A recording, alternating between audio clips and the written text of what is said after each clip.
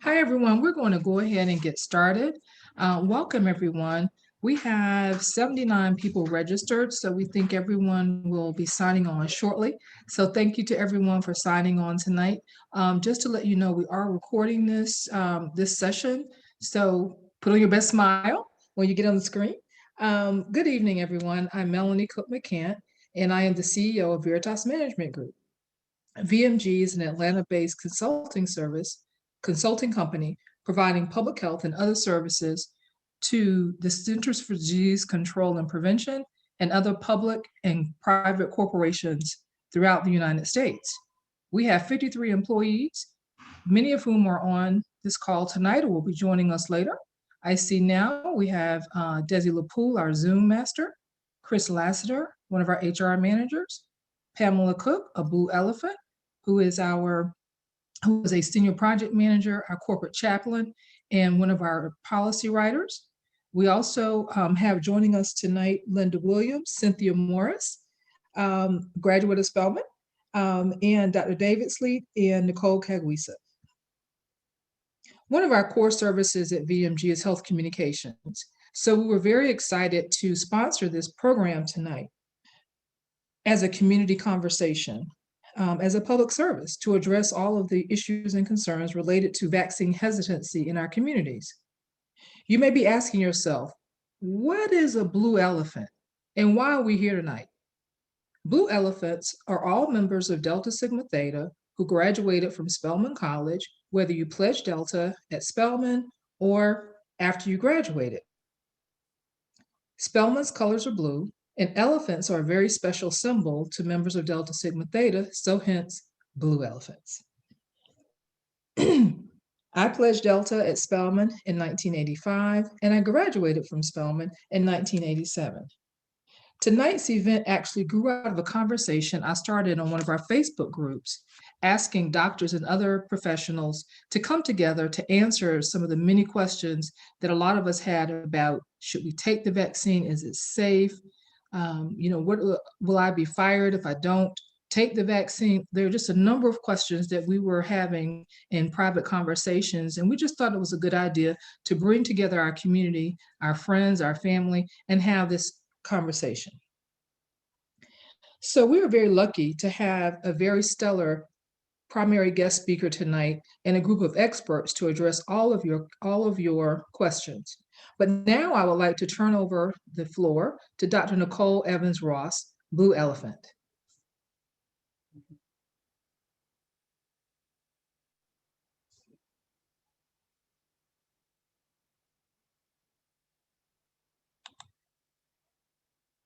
Thank you, Melody, for that warm welcome. Just want to thank everyone for joining us tonight. This is a great cause that we are exploring and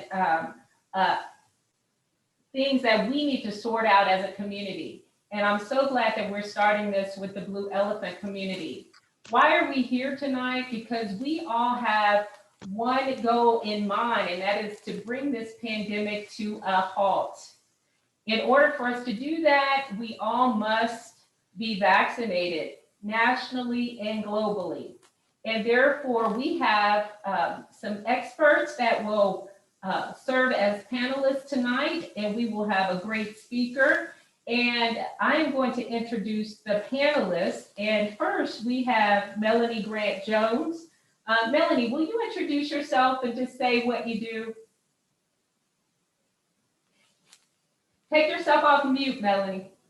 And also, please, will you say when you pledge? All right, great. Hi, everyone. Melanie Grant Jones. I was Melanie Grant at Spelman. I graduated 1987. I pledged Spring 85 Eta Kappa chapter. And Melanie is my line sister. It's going to get confusing, Nicole. I'm Grant, she's Cook, but good luck. We'll get through it. We'll get through it. And what do Um, you do, Melanie? I work with the U.S. Securities and Exchange Commission. I am an employment attorney with them. I've done employment law for probably 30 years. The views that I'm giving tonight when I speak will be the views of my own. They are not the Securities and Exchange Commission. They are just personal views that I have. Awesome. All right. We also have Dr. Nicole Franks. Take yourself off mute and please introduce yourself and when you pledged as well, Nicole. Good evening, everyone. My name is Nicole Franks. I pledged Spring 94 Eta Kappa chapter. I am an emergency physician and I am the Chief Quality Officer at Emory University Hospital Midtown. Awesome. And I pledged in Spring 90 Wall Street, and my line sister, Laura Morse, is also on the panel. Hi, thank you, Nicole. I love my line sister. I am Laura Morse, and I pledged 1990 Wall Street, and I am a licensed professional counselor in private practice in Atlanta, Georgia. You'll hear more about mental health and wellness from me later on this evening. Awesome. And we also have Dr. Kimberlyn Richards.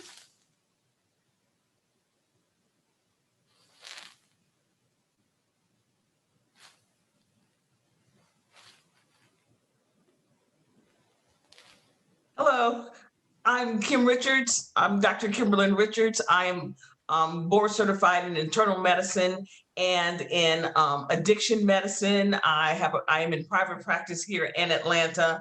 I graduated from Spelman in 1985.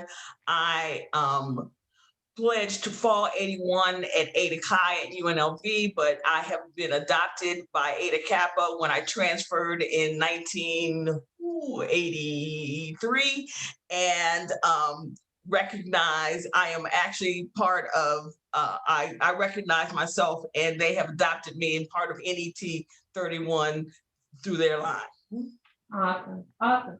I'll turn it back over to you, Melanie. You're on mute, Melanie. Thank you, everyone. As you can see, we have quite a few very stellar people in our community that can answer any questions you have about employment, mental health, the COVID vaccine, just a number of things related to COVID. So thank you all for taking out time. So I have the pleasure of introducing our star tonight, Dr. Jayne Middlebrooks Morgan. Dr. Jayne. Dr. Jayne Middlebrooks Morgan is a blue elephant. She pledged Delta at Spelman in 1982 and graduated from Spelman in 1984. Dr. Morgan is a cardiologist and the clinical director of the COVID task force at Piedmont Healthcare Corporation here in Atlanta. Dr. Morgan's roles have also included serving as the System Director of Innovation at Piedmont Healthcare and Director of Cardiovascular Research. She has also served as the Chief Medical Officer of the American Chemistry Council, Assistant Professor of Medicine at the Cleveland Clinic, and currently she is an adjunct clinical assistant professor of medicine at our brother school, Morehouse School of Medicine. It gives me great pleasure and honor to introduce my Delta big sister, Dr. Jayne Middlebrooks Morgan. Jayne, the floor is all yours. Thank you. Welcome. I appreciate the welcome from everyone, and nice for everybody to be here on a Sunday night. You know, you never know who will show up and what the interest is. And so we've got a lot of work ahead of us with regard to sort of this COVID vaccine and what does that mean for our community?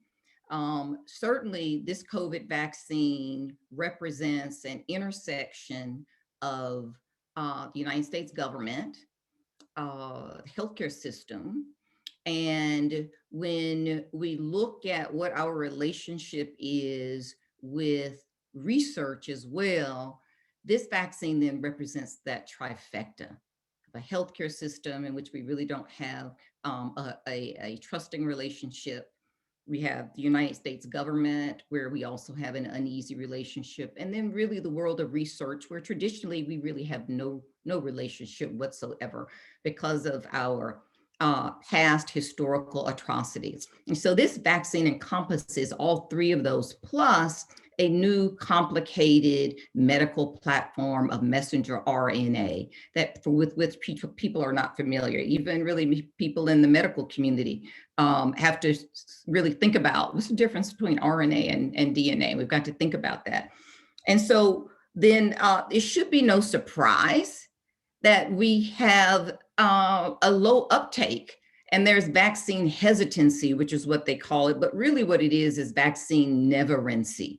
We are in a community where this is not a trusted source, and we want to try to understand where we are with that. And so if we give some historical context, we can start with the father of gynecology, Dr. James Marion Sims. And he was so named the father of gynecology because he developed a procedure that corrected fistulas in women. And fistulas are small holes that shouldn't be there, that connect the vagina to the rectum or the vagina to the urethra, should not be there, cause a lot of discomfort, infections. He developed a procedure that would correct that. And he was lauded as the father of gynecology because he restored so much quality of life to women. But when we dig into his past, we see that he developed these procedures by practicing on Black women who came in, who had no advocate, and they had no say-so over their bodies. And he did surgical procedures on them. And I'm calling them procedures, but they were surgery, including removing tissue, cutting things out, sewing things back together inside of these women. They were never, ever allowed any anesthesia, ever.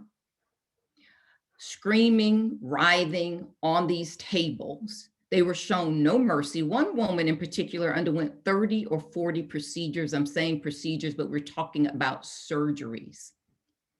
After he had practiced over 100 procedures and perfected this procedure without anesthesia, he rolled it out.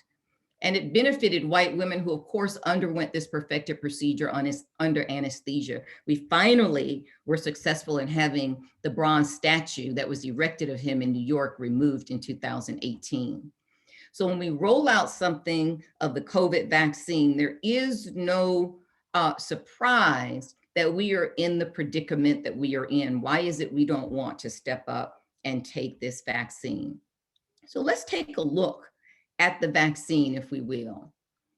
Vaccine began development, as far as we could see, in 2020. But when we really look back onto the history of the SARS virus, the severe acute respiratory syndrome, coronavirus 2, that's the name of this virus that causes COVID-19. What scientists realize is that it's named number 2 because we've seen this before. So where have we seen this? We saw this with the SARS outbreak in 2003, severe acute respiratory syndrome.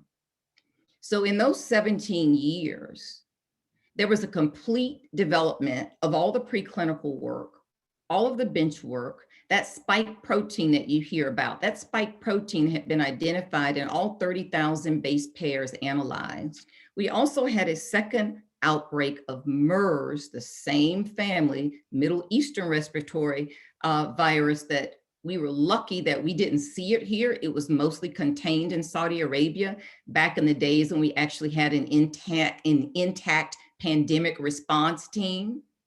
But that virus was also of the same family. And so by the time we had our very first case of COVID-19 on our shores, all 17 years of that research came to bear. Messenger RNA technology began development really in the 60s, began earnest development in the 90s. One of the reasons that we could not use it is because it is unstable. It disappears quickly within your body. So that's one of the concerns when people ask about the virus. The messenger RNA, not only does it not change your DNA, it doesn't even stay within your body. It denatures very quickly.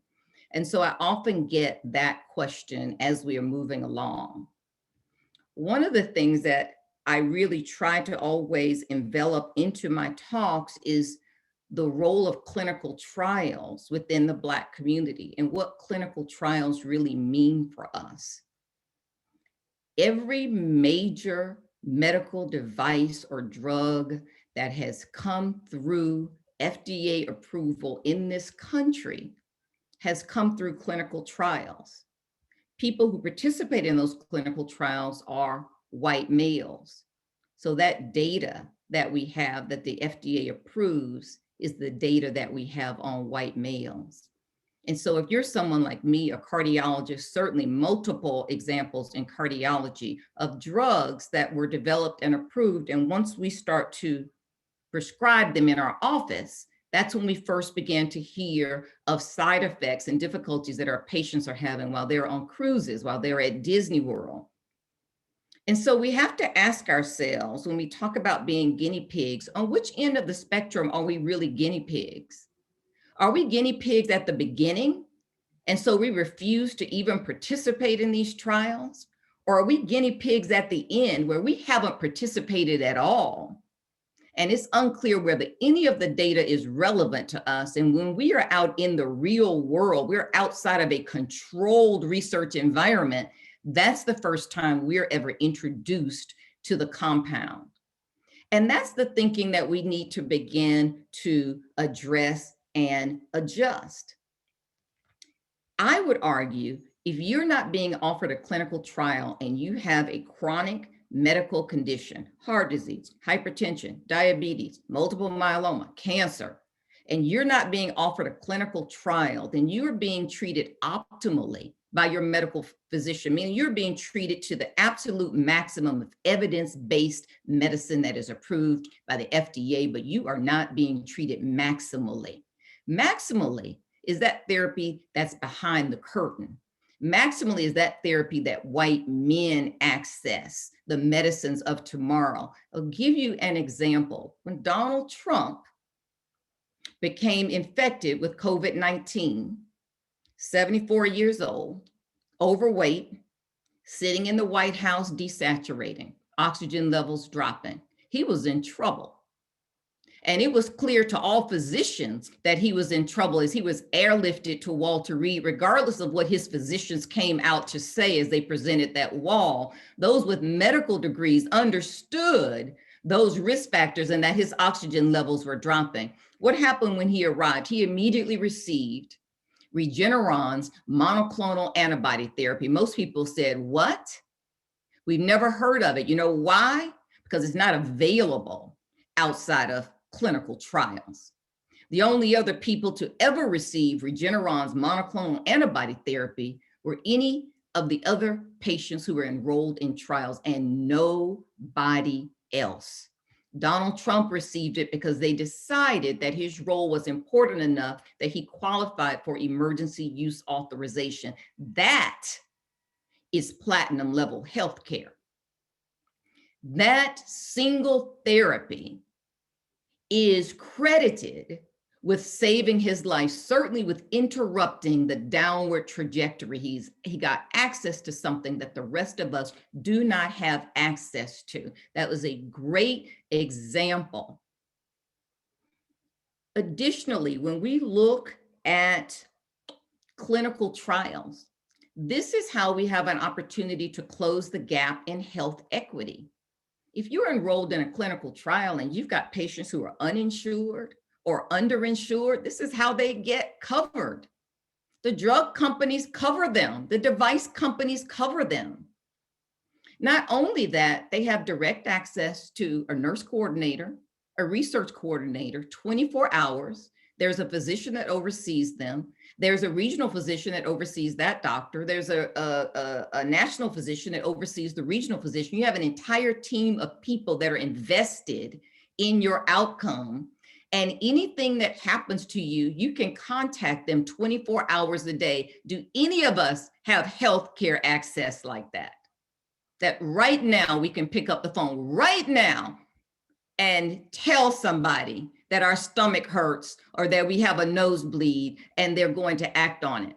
None of us. And we're sitting here as doctors, but that's the care that you get within clinical trials. So when we look at these COVID vaccines, not only should we be participating and stepping up to receive these vaccines, and I want to go into the data later, just a minute, but we should also be thinking that Moderna and Pfizer have been the first two vaccines developed. In the pharmaceutical world, we call that first to market. They have been in that enviable position of being first to market, but they may not end up being best in class. There are 135 drug companies developing COVID vaccines as I give this lecture. 135. I suspect that what will happen once all is said and done, that we probably will have multiple COVID vaccines for multiple platforms. One will be better for children. One might be better for the elderly. One might be better for people with heart disease. One may be better for people who don't have access to refrigeration, et cetera, et cetera, et cetera. However, if we don't participate in these trials, what we don't know is which one is better for us. That's what we won't know. When we look at Moderna and Pfizer, we are 13.4% of the population, African Americans. Moderna enrolled 10.3% African Americans in their trial, and Pfizer enrolled 9.3%. Even though they fell short of what our representation is in the United States, they actually did a very good job, because generally we participate in clinical trials at less than 4 or 5%. They were incredibly intentional in trying to recruit African Americans into these trials. When I dig further into these FDA briefing documents, and I've read them numerous times, when we look at the multiple subpopulations, and I specifically look at the African American population, we are the only subpopulation within both trials to have zero, and I mean none, zero incidences of COVID-19 2 weeks following the second dose. We were the only group to have no COVID-19 infections following the second dose in both the Pfizer and Moderna trials. 100% efficacy in the African American population, 95% efficacy overall. Some other group pulled us down, but the Blacks were at 100%. So we need to think about that when we are talking about whether we're going to participate or not. They were not perfect, but they did a pretty good job. Now, where did they fall short? And maybe some of you, I wrote an article very critical of Moderna because they did fall short. When we look at the pharmaceutical trials, they're divided into 3 phases: phase 1, phase 2, phase 3. This is just general discussion. Phase 1 is where we derive all of our safety data. Before we even determine whether a compound will work, we first have to determine if it's safe. If it's not safe, it doesn't even advance further. So that safety data is where I was critical of Moderna, because they did their safety trial with only 2 Black people in them. There were 3 doses. Both Black people were in the same dose. So we have no information on the other 2 doses. And it just so happens the 2 doses that the Black people were not in were deselected. So we do have information on the dose that was finally selected and went forward to FDA emergency use approval. But here's my question. We don't know if the other doses were better for us because we didn't participate. They were deselected without us ever participating.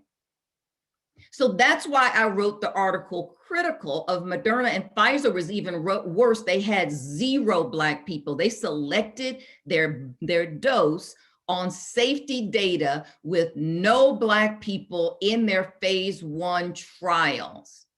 Now, phase 3, when we talk about they enrolled 30 and 40,000 people, and we had 10.3% Blacks and 9.3% Blacks, that's great. That's that big efficacy data, and we did well in there, but that may not have been the outcome because we don't know of the doses that were deselected what our profile was, because we did not participate. The other question that I get is with regard to comorbidities. I hear a lot about, I've got chronic medical problems, Dr. Morgan, and, should I get the COVID vaccine? When we look at comorbidities, this group of comorbidities, meaning chronic medical conditions that you're managing, while the trials did not specifically study all chronic medical conditions. In fact, they didn't really study any chronic medical condition. They also didn't exclude any. So all comers were there. For example, chronic lung disease, 1,448 patients were included in the Moderna trial. Significant cardiac disease, 1,483 patients. If you were obese, almost 2,000 patients. And if you were overweight, almost 2,000 patients. And if you were obese and overweight, that whole group, almost 10,000 people were in there. We talk about cancers of any kind at all, almost 1,400. Hypertension, almost 9,000 participants had hypertension.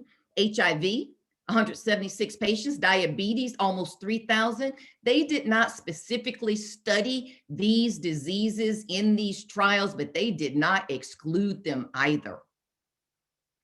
And so when you look at this data includes all of these chronic medical conditions. And these are the people that we really want to focus on to get these vaccines, because what we know is that if you are managing a chronic medical condition and you contract COVID-19, your complication rate is higher.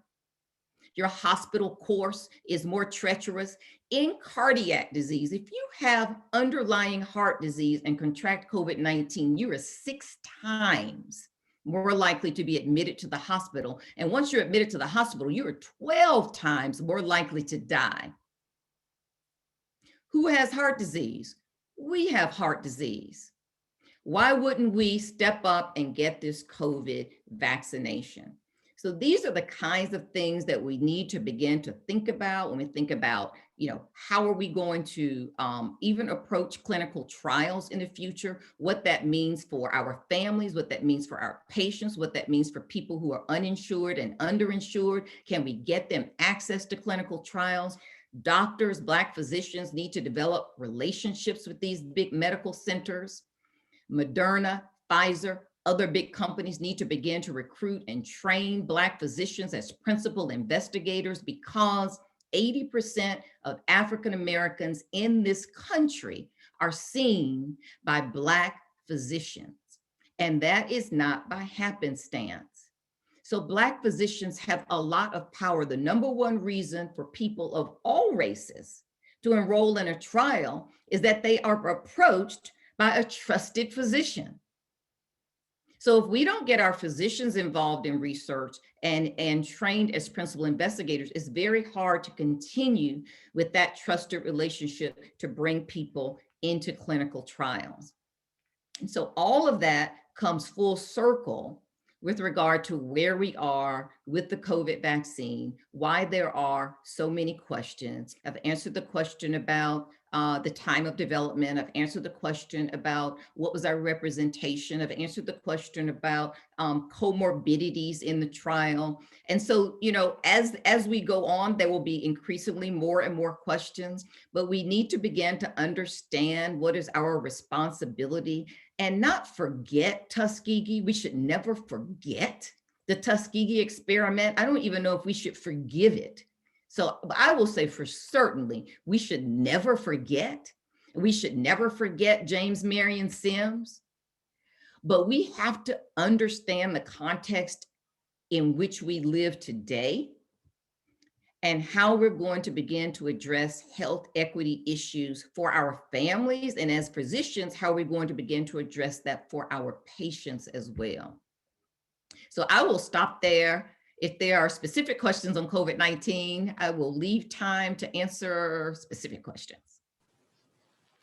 Thank you so much for that, Dr. Morgan. That is such valuable information.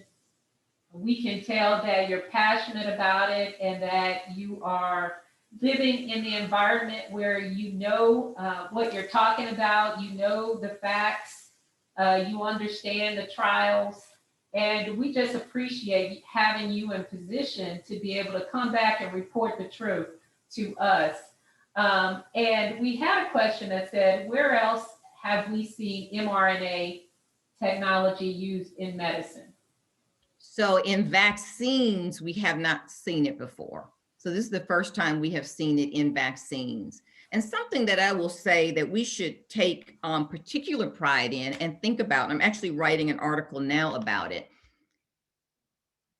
Vaccines actually came to America by an African slave named Onesimus. Onesimus arrived here in 1706 after he was captured in Africa, arrived on a slave ship, and was bought by a church group who wanted to give their minister a present. They bought this young teenager and presented him to a guy named Cotton Mather.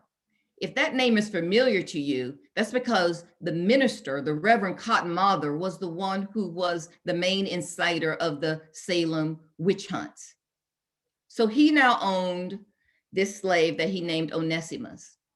Smallpox was the big virus of the time. In 1721, Boston saw its biggest epidemic of smallpox, and Onesimus told his master about this process called variolation that they practiced in West Africa, where they took some of the pus from the active pustules from smallpox and rubbed it inside of wounds.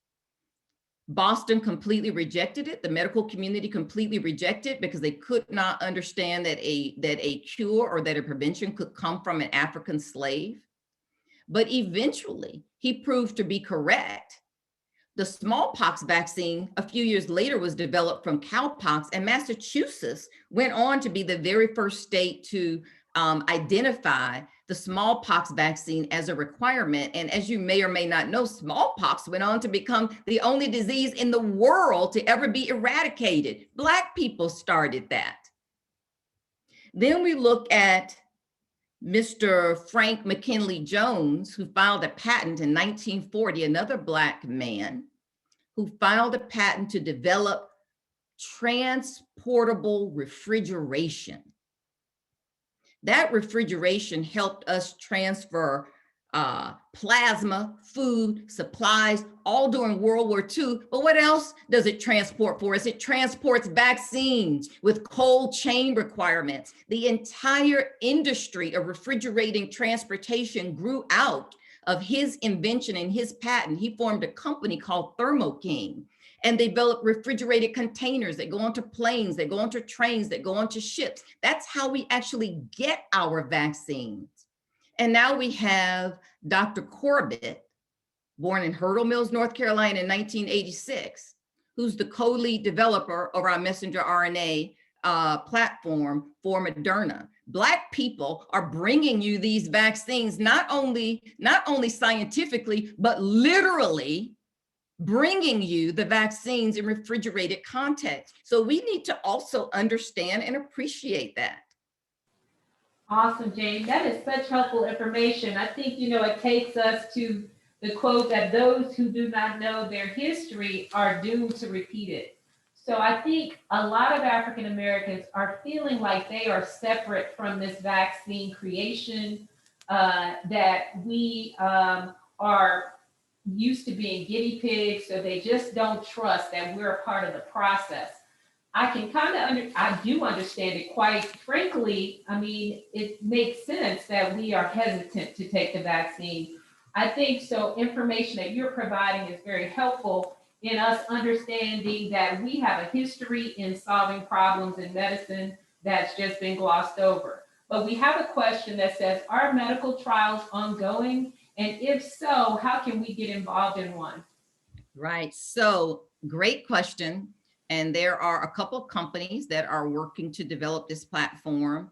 And I'm working as a consultant with a couple of them. So it's not up and running yet. So for now, what we would do is you need to excuse me, identify and contact your local medical centers, which you can just do online, and look up all of the regional trials. They will have all of their trials listed there. The other place you can go is ask your physician that you're interested in trial. I have diabetes. I really wouldn't mind being enrolled in a trial to see if I can help not only my diabetes, but also help advance science, but also get access to medicine, or maybe even get access to healthcare if I don't have insurance.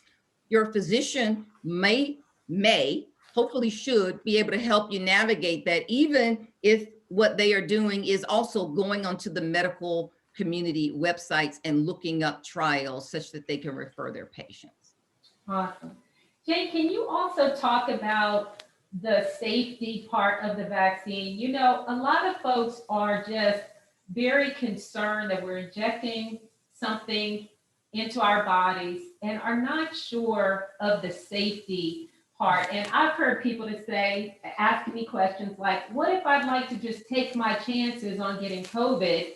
You know, I'm wearing my mask and I just would prefer not to risk getting a side effect from the vaccine. I'll just take my chances. Right. And, you know, and that might work. You know, it's kind of like Russian roulette. The bullet might not be in the chamber. So I can't say that won't work. I will say that statistically, that's probably a poor plan. And what we need to look at is when we look at the safety data, we have all the safety data on all the side effects that would occur. So we know all the common ones: nausea, vomiting, fever, chills, headache, myalgias, you know, arm pain. But then there are others as well that people had. There were some women who developed some lymphadenopathy, where they had drainage in their lymph nodes. And then there's a concern, they're concerned that they may have breast cancer when this lump develops and it's really the draining lymph node. So there were a series of cases of appendicitis. There was a series of cases of Bell's palsy, which is paralysis of one side of your face. So there were some other side effects that were rare, but they did occur. They were not reported in the major findings that went out because they were not common. But I'll give you an example. When we look at Bell's palsy, which is paralysis of one side of the face, when we do clinical trials, you have two arms. I'm just going to make it, you know, very basic. There will be two arms. One is the active arm where people are actually getting the vaccine, and the other is the placebo arm or the dummy arm where you're actually getting a sugar pill or something. You're not getting the vaccine. You don't know which one it is. When they looked at both groups were developing Bell's palsy at the same rate. So the question is the vaccine responsible for this, or is this just the normal incidence of Bell's palsy that we might expect in a population of 70,000 people, because it occurred in both our vaccine group and both our placebo group? So it's unclear. The same for appendicitis as well. And so I think we can be confident in the data that was presented that this vaccine is safe. It certainly has a profile very similar to the flu vaccine, which we take every year. The safety profile is very similar to those. Awesome. There are also other very terrible misinformation, pieces of misinformation on social media. I personally would recommend that you get your information from a reliable source. So joining us tonight is a great idea. But if you look at certain parts of social media, Twitter, some things on Facebook, you really could be scared, you know, unnecessarily, because they're talking about severe allergic reactions, infertility, DNA being altered, and of course, Bell's palsy. There was even a nurse on video sending around a video of herself with Bell's palsy, recommending that people not take the vaccine. It was quite terrible. What would you say to them, Jayne? Yeah. So I would invite you all to find a credible source, and I invite you all to follow me at Dr. Jayne Morgan on Instagram and on Twitter. I post something called Stairwell Chronicles. It's also on my personal Facebook page, if you guys, and my personal Instagram page, and on LinkedIn. I actually developed this series for LinkedIn where I do 1-minute videos and I answer a question on COVID vaccines in under 1 minute on a video. And you can spend 1 minute and listen to the answer to one question and know that it's coming from a credible source.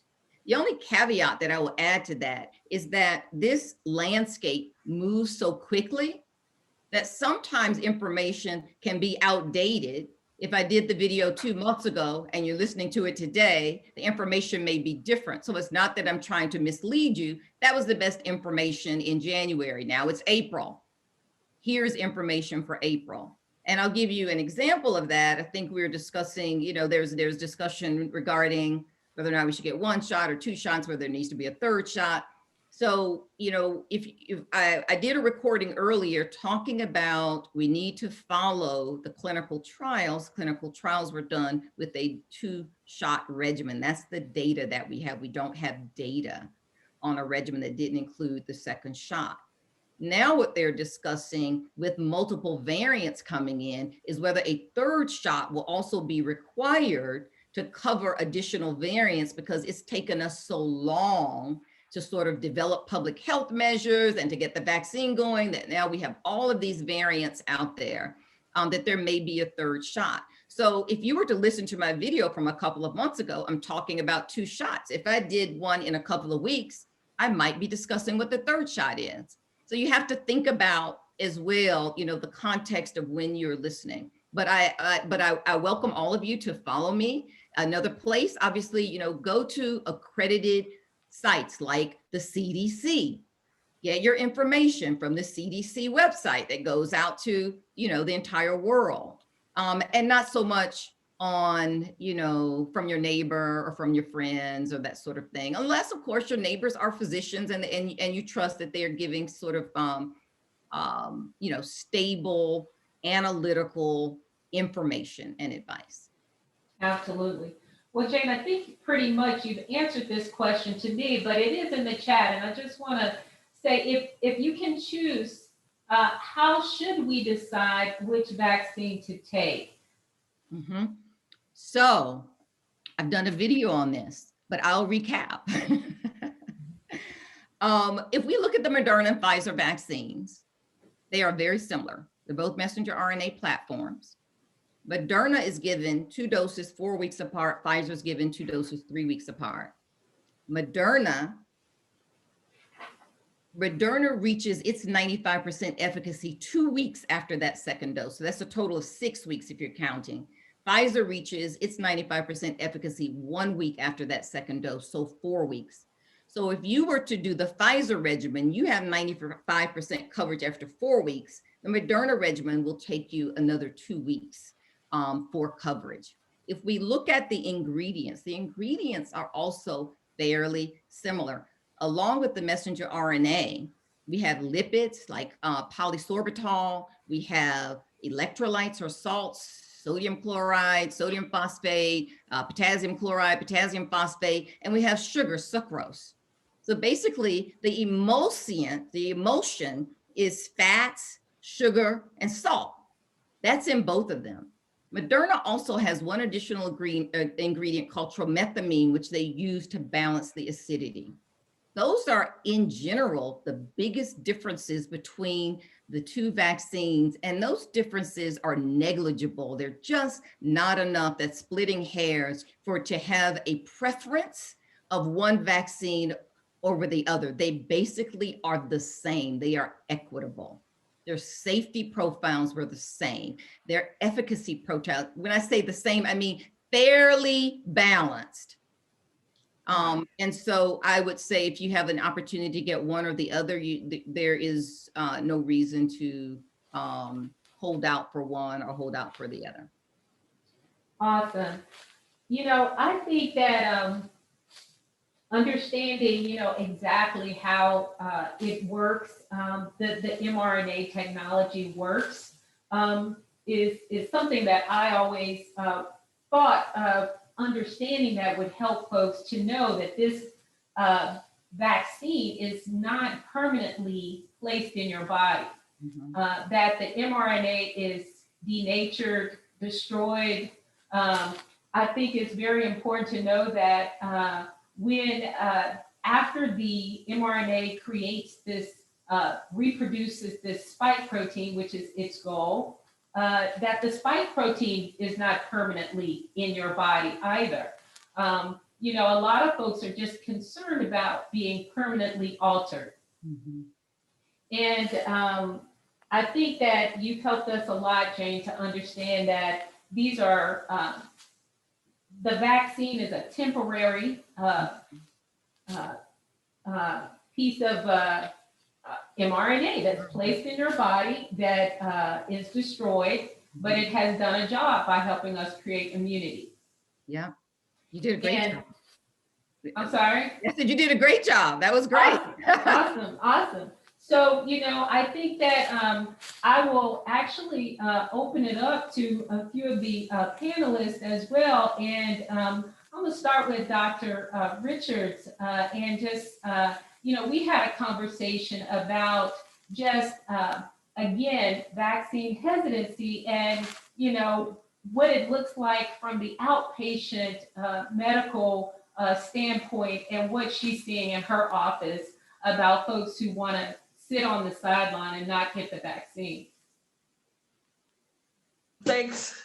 Yes, so in private practice, my practice consists mainly of, actually my practice is pretty much from adolescent to geriatric, but the large majority of my patients are anywhere between 25 and 40. And most of them are relatively healthy, or so they think.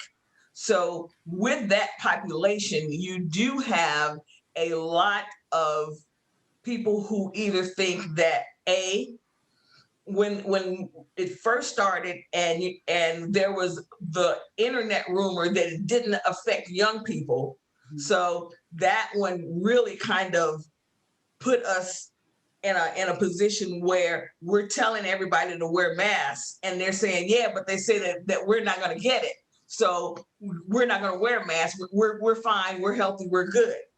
So as time has progressed, trying to have this type of conversation that with people as we talk about other things. Well, the first thing that I do is in my practice, I have a mask required sign on my receptionist desk. So that kind of opens up the door to us to discuss it as they come back huffing and puffing because they have to put on a mask. But if you want to get your prescriptions, then you need to put on a mask. Well, as we have this conversation, you know, a couple of things that they do. They either say, A, I'm not going to get it, or B, everybody that I know that has gotten it has been fine, or C, I don't know. I had one person tell me, I know everybody.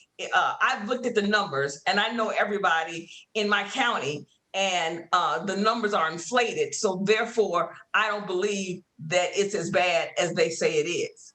So trying to debunk all the conspiracy myths and educate people first on just basic virology and how viruses actually mutate, and then explain to them why you can get it even though you may not have symptoms, and then you go home and you can spread it to anyone else. And just because you didn't have symptoms doesn't mean that the person that you spread it to will not.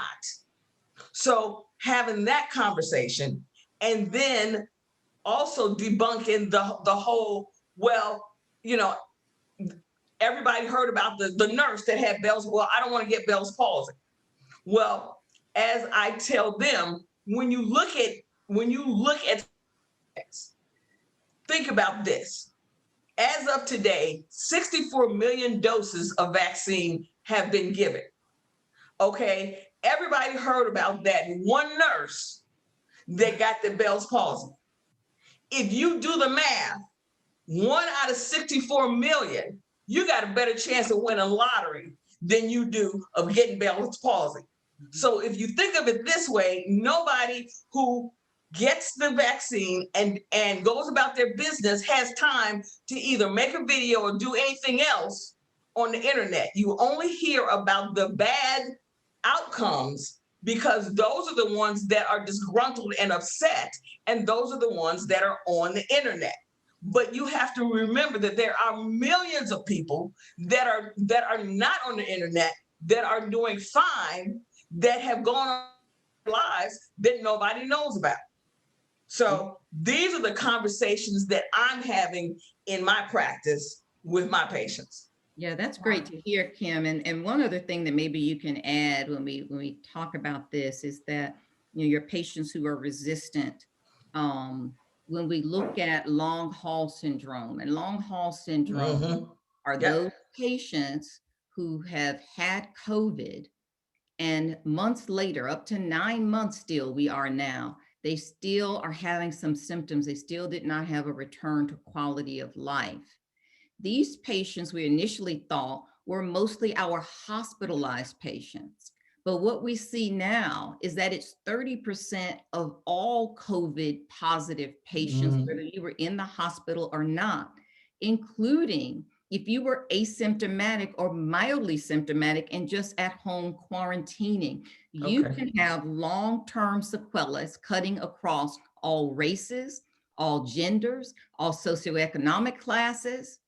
These people have loss of taste or smell, but more concerning is that they have what they're terming as brain fog. They have periods of disorientation. It's difficult for them to return to work. They have difficulty with memory. And then more severe things, we have inflammation surrounding the heart that goes on and on and on. They're taking all types of steroids and immunosuppressant medications to try to control that. They have shortness of breath, mild shortness of breath, which is more severe when they try to get up and move. And it's much more pronounced, obviously, in patients who previously have been very active. They have not been able to return to their lives, and their course of COVID was very mild. They were at home simply quarantining, enjoying themselves, playing video games.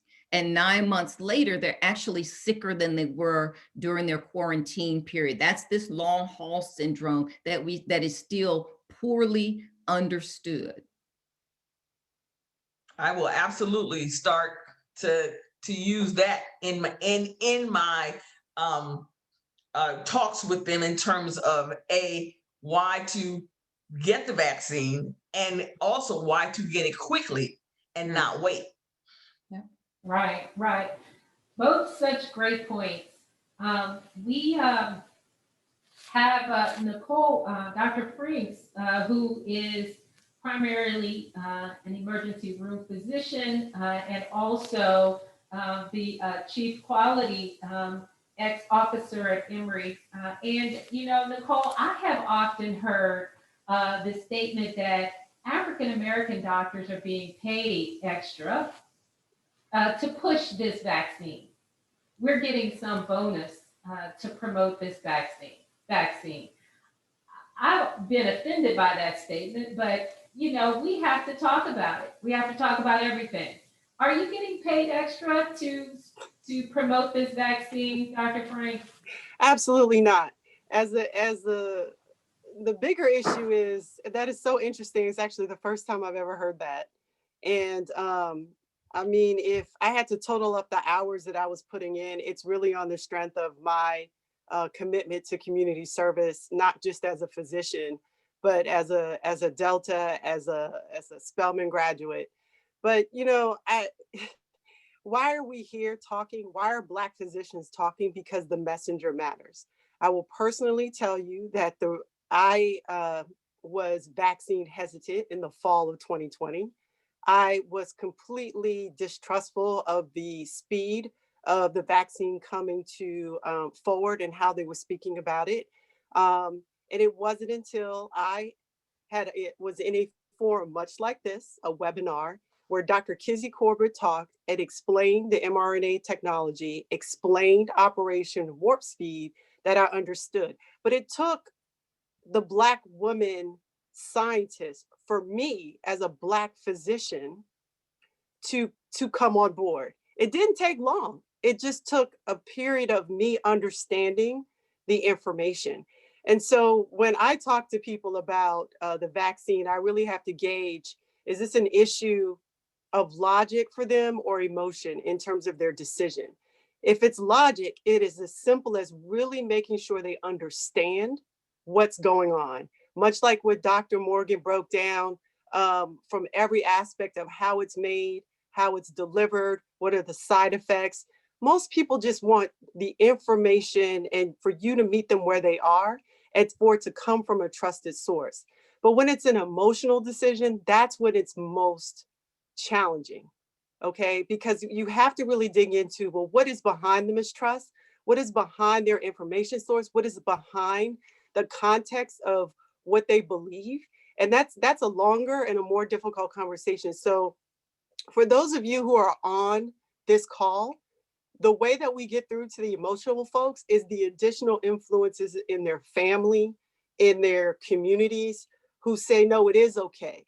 It is okay, where your pastor can appeal to you and help you understand. So there's so many, you can't get paid for this work because there's so many avenues that have to be addressed to get to folks because of our history of medicine that Dr. Morgan outlined. And we have to go at it from all. It takes a village is real in terms of us getting through this pandemic as well. Yeah. I think there's a question in the chat that I can address under what's termed exceptional circumstances.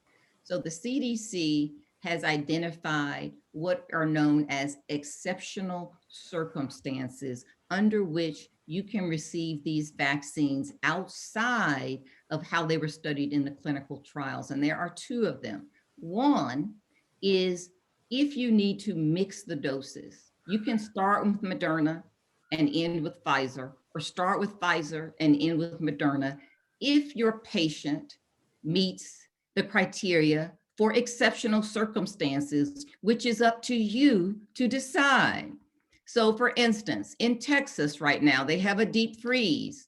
I'm assuming there must be somebody there who couldn't get to their second shot. And by the time they get there, maybe they can only get to the Pfizer shot and not the Moderna, and they started with Moderna. That's an exceptional circumstance. They can move forward with doing that. The other exceptional circumstance is if you receive the first shot, but then you can't get that second shot in either 28 days for Moderna or 21 days for Pfizer. The CDC is now allowing up to 42 days from that first shot, recognizing that exceptional circumstances may occur. Someone gets hospitalized, someone's in a car accident, something happens. They are allowing up to 42 days because the CDC does want to encourage people to continue to get the vaccine. I suspect one of the concerns is, and we certainly saw the study that came out of Israel, and if not, I can talk about that one, but what the concern is that if we are partially immunized, that gives greater fodder for the virus to develop not only more mutations, but mutations specifically against the vaccine itself. So we want to encourage people to have two vaccines. Now, that being said, that's why I say the landscape moves quickly.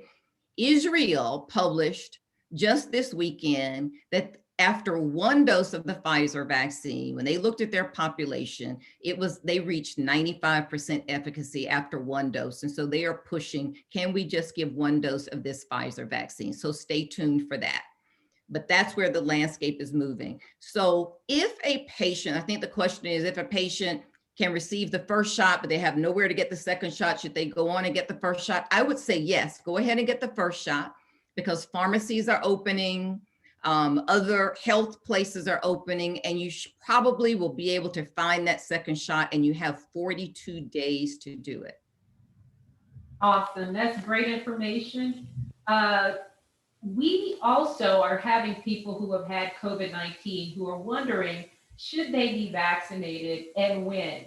sometimes people believe that I've had COVID-19, I have the antibodies, I don't need to get vaccinated again. So we have a couple of bad pieces of information to sort through. And one is that if you've had COVID-19, you don't need to be vaccinated. That is not true. You need to be vaccinated. Then folks want to know when they should be vaccinated. Jayne, could you review that as well? Yes, so and the landscape is changing on this. So I'm going to tell you where it is today and where it may be going tomorrow. So today, if your patient has had COVID-19, it is recommended that they still receive the vaccines, both doses of the vaccine. They don't have to rush to do it because we think that they have immunity for at least 90 days. But at some point during that 90 days, they should be COVID negative and asymptomatic. They should receive the vaccine and then move forward with the second vaccine as scheduled. Where the landscape is moving is that if a patient has had COVID-19, maybe they only need one shot because the disease itself serves as the first shot. And so maybe they only need a second shot for them, which is their first shot, which will serve as that booster to get them to 95%. So stay tuned. Currently, they should receive 2 shots. So at a very minimum, they should get 1. So we only understand that they have natural immunity for 90 days, and then they need to get the shot. If you are treated during the course of your COVID-19 disease with convalescent plasma or the monoclonal antibody therapy, Eli Lilly has one out now.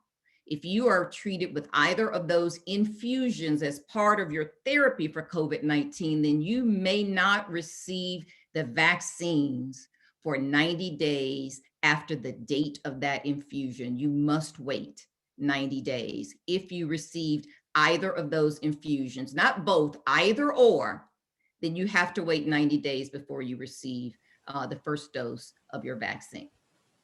Excellent. That is such valuable information, since we all know that so many of us have had COVID-19 and our family members have had COVID-19 or have it now. But the other reason to make sure that you get vaccinated is to avoid being infected with these variants and to avoid the perpetuation of variant creation. You know, the longer it takes for us all to be fully vaccinated, the longer it's going to have the door open for variant creation. Is that correct? That is true. And one thing that we probably don't realize is that at this point, the SARS-CoV-2 virus has mutated probably close to 3,000 times. And when we think about mutations, I think we think of something that's bigger, scarier, bad, or meaner. But really in science, mutation just means change. And oftentimes, actually, a virus can change itself out of existence. But sometimes it can change and become more effective at survival. And we have to remember that everything on Earth works to live. It works to survive. And so it is going to continue to change and learn and try to survive the same as humans are trying to survive. The mutations that have gotten all of the press, the one in the UK, the one in Brazil, the one in South Africa, these mutations have gotten a lot of press because the virus has changed in those mutations such that it is more infectious. So if you come in contact with it, you're more likely to get infected. The reason it becomes the dominant strain in the area is because it's more infectious, it's more successful. So it becomes the dominant strain. It can infect more people more quickly, so it takes over. The reason you see the death numbers increase is because the volume of people who are infected are greater. So then the volume of comorbidities and the volume of deaths are higher, but it's still unclear whether the percentage of deaths, in other words, it's still unclear whether these variants are more lethal or just more infectious. And whether we see more deaths is because we see more infections. But that being said, the United States is pointing its fingers at other countries and saying, South Africa has this variant, UK has this variant, Brazil has this variant. Do you know what percentage of variants that we have actually done genomic tracing on this SARS-CoV-2 virus that we've been in for a year in the United States? What percent, with our pandemic team dismantled, have we done any genomic tracing on? I'll just tell you, 0.3%. Let's just let that sink in for a second. That means that we don't even know what we're exposed to. We're pointing our fingers at other countries. At least they know. They Right. have done the tracing and are identifying it. We don't even know what Right. we have. We have not done genomic tracing. We haven't even done 0.5%, 0.3. Right. So we don't really know what's the biggest and the baddest. And this is the part that they don't talk about. When we talk about all these other countries, well, the other countries at least are doing some genomic tracing. At least they know what they have. We don't Right. know what we have here. Well, I think that you make a lot of good points there too.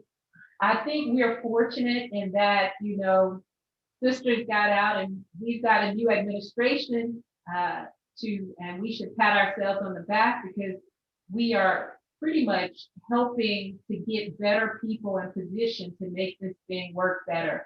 I know with the CDC's changing of the guard, that Dr. Walensky, she's speaking a lot about doing sequencing and genomic tracing so that we can figure out exactly what we are exposed to here in the United States. So you should start seeing in your community a huge increase in testing and of course, vaccination.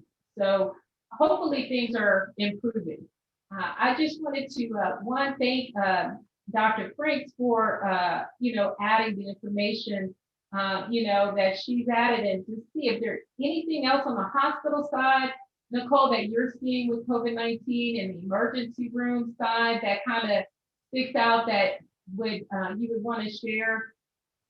Or definitely, we've talked a lot about the health maintenance issues that are definitely not being addressed during the pandemic. Yes, the concern that we have is people are still afraid to come to the hospital. And early in the pandemic, we asked you not to come unless you really needed to. And it wasn't just the hospital, but even coming into any medical facility or even long-term care facility. And what really drove that was the unknown ability to protect the patients and the healthcare workers. Well, we have crossed that bridge. We know that our personal protective equipment is effective in protecting transmission from the patient to the healthcare worker or the healthcare worker to the patient. Okay, so it is so healthcare facilities, especially the hospitals, have taken the appropriate precautions to make you safe, as well as our physician offices who are following those recommendations by the CDC. So with that said, we want you to pay attention to what is going on with your health and to not skip steps, to not skip screenings, to not skip appointments. Things may be done a little differently. Telehealth is certainly a tool that has been leveraged during the pandemic that has kept people engaged and made sure that their health is continuing to be followed and managed, but not or waiting and seeing, just like we're waiting to see what's going to happen with the vaccine. That is not going to have the ultimate best outcome for you as an individual. So I just want to encourage everyone to keep up and encourage you to if you're a caretaker of parents or someone else with chronic diseases, to really make sure that they are staying on top of their appointments, staying on top of their preventive health maintenance requirements, because that's what's going to keep you healthy and that's what's going to keep you out of the hospital during this pandemic. What we don't want to see, and what we are seeing, unfortunately, are that people are waiting and they're coming into the hospital sicker than ever. So that's what I really want everyone to take home from me today. Awesome. Thank you so much, Dr. Frank. And Dr. Morgan, would you like to wrap up, give us a closing remark about, the vaccine? Yeah, sure. I think, just following on those remarks by Dr. Franks, the full toll of this COVID pandemic has yet to be known. We know that in this past year, we've had more at-home deaths than we've ever had before. Those deaths have not been recorded as COVID deaths. As Dr. Franks alluded, we don't know if those patients had COVID or if they had other medical conditions that they were delaying treatment and ended up dying at home and not presenting to the hospitals. We know we've seen fewer cardiac patients in the hospital. We don't know, did they get better somewhere? Or are they somewhere sick? Or will the system realize that we really have been over-treating cardiac patients? And when we had a pandemic, we realized we didn't have to give them all these medications, and we don't know. So when this all falls out, we won't know what the real toll is. But I think Dr. Franks makes a great point that we have so many people at home, and we look at cardiac patients, a lot of your symptoms arise from movement, where you can easily be pretty sedentary during a quarantine and not elicit any of your symptoms, but be silently getting worse. So we need to think about that. And when we think and encourage our patients to come in, or at least come into for telehealth. And when we think about clinical trials, we need to begin to move our mindset beyond Tuskegee, not ignore Tuskegee or forget about it, but move beyond it, because healthcare is leaving us behind. The best and the brightest thinking that we have in this world in science comes through clinical trials, and we opt out of them. We've got to begin to move from exploitation towards representation when we think about clinical trials and when we think about healthcare and what health equity means for us. Wow. Wow. Well, Dr. Morgan, I'm telling you, you are shedding light on such an issue that we have to deal with in our community. Because I'll tell you, I write a ton of prescriptions that were probably not even tested on African Americans, and they probably don't serve us well in the end. So thank you so much. Someone wrote in the chat that Dr. Morgan is connecting the dots of the vaccines in the context of science and our history. Awesome content. Truth and trust will save more lives. So thank you so much. That's my line sister. She had to say that. It's so true. It's so very true. And thank you so much, Dr. Franks, and thank you, Dr. Richards, for bringing your experience and your knowledge to the table. We've really benefited a lot tonight. So thanks so much. Well, at this point, we are going to move on to our employment rights discussion. And we're going to give the floor to Attorney Melanie Grant-Jones. Hi, everyone. This has just been extremely powerful. It wasn't 2 days ago I got a notice to get my annual mammogram, and I literally tore it up. I just said, I'm not going, I'm going to wait. And I just changed my mind. I'm going to make an appointment. Yay. Awesome. This is powerful. It really has. Bravo. I appreciate it. I'm stalling because I'm trying to get my share screen going. Well, make sure it's 3D. Make sure that 3D. Do you want me to share? Okay, here we go. Yeah.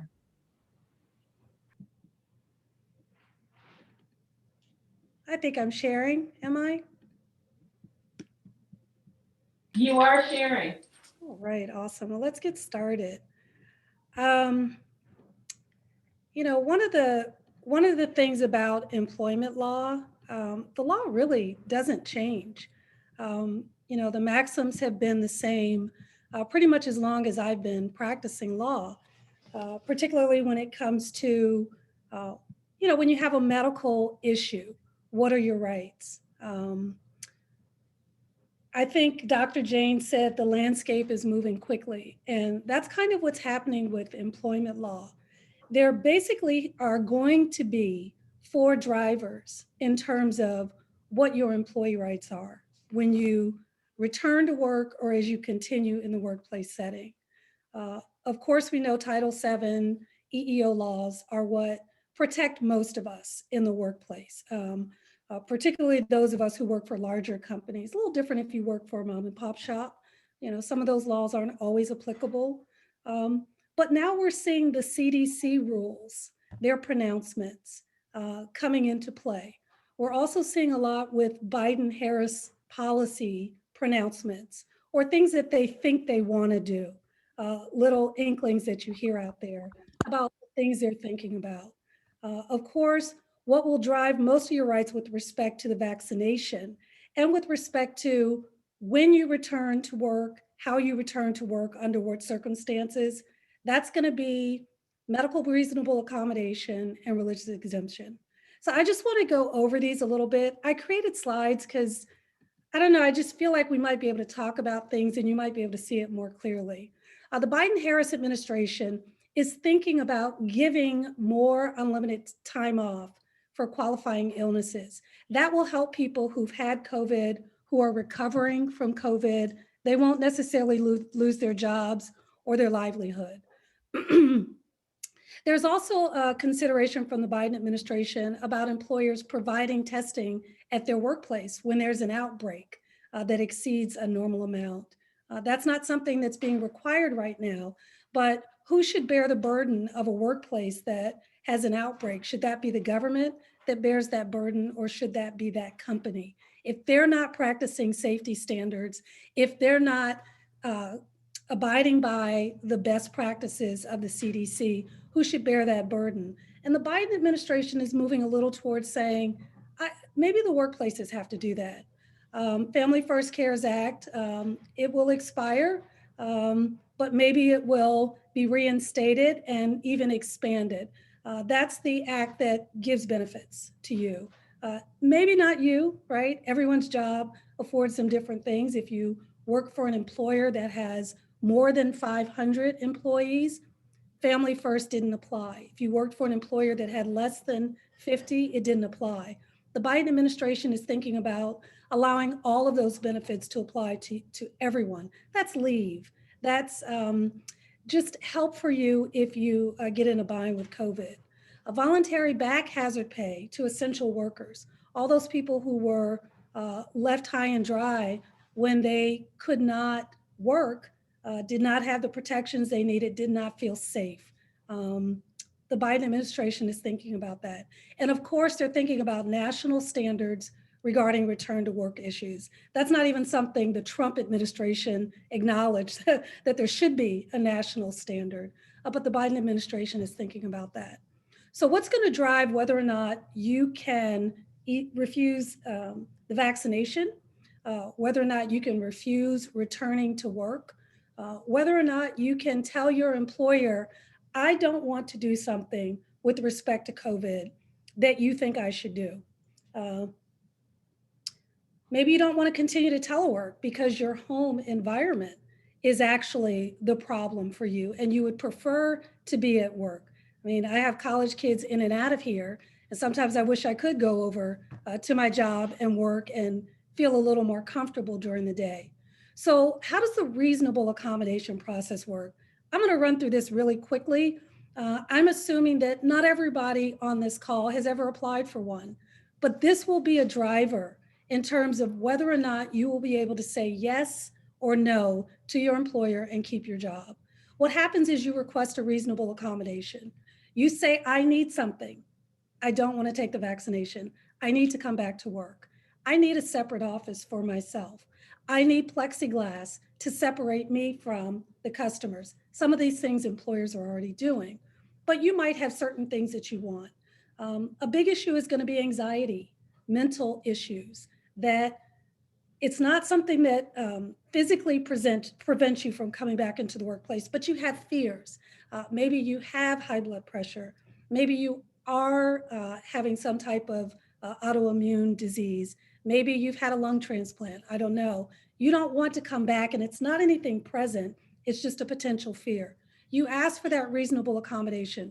You're going to have to get your medical documentation in order to move it forward. That is going to be the driver. You're going to have to find a doctor that will support you and say, this employee has this, and therefore they should not take the vaccination. The doctor probably won't go that far, but the doctor will help you establish what you need for the reasonable accommodation process, what you need for your employer to look at you and say, you're right, I should allow you to continue to telework, or you're right, you don't have to take the vaccination. It's all developing. It's a landscape that's moving very quickly, as Jayne said. Nobody really knows. Everything I'm telling you is kind of hypothetical. Is a vaccination going to work? Are we going to get herd immunity? Is it even going to be necessary? All these things are going to play into whether or not, when your employer has you return to work, you will be able to protect yourself in the way you want to protect yourself by asking for an accommodation. Your employer will interact with you. They'll make a decision. They will either grant you a reasonable accommodation, and it does not have to be the one you ask for. So if you ask for full-time telework as a reasonable accommodation because you don't want to come into the office, your employer doesn't have to grant you full-time. They can grant you their accommodation of choice. They may tell you, you have to come to the office 3 days a week, but you can stay home 2 days a week. Your employer might be able to claim undue burden and say, it's just too burdensome for me to accommodate anyone. Think about an assembly line of workers. They're all separating things and they're working right next to each other. And you say, I want a plexiglass shield next to me. And your employer says, oh my gosh, there are 500 people on the assembly line. I can't afford 500 plexiglass divisions. Plus, the assembly line couldn't flow the way it's supposed to flow. I don't know that people on the line have those kinds of jobs, but sometimes it's those hypotheticals that help you understand the dilemma that employers have and the multiple requests. In unusual, very limited amount of circumstances, I think your employer will look for a job for you or fire you if they cannot accommodate you. In the employment realm, we don't see that happening. We've already seen so much cooperation from employers with respect to telework, with respect to giving PPE to people, with respect to flexible schedules. We've seen employers have their staff that don't have to be on site stay home, and the staff that do have to be on site come in. Think about all the range of occupations. I'm thinking primarily office type occupations, because I think that's who we have on the call, but this applies to restaurants as well. This process is all developing. These are all unknowns. I can't even tell you anything definitive, just what we're seeing so far. Many of you are already back at work, but again, what will happen when this is coming to a close, when the vaccination is available? That's when employers are going to start making decisions.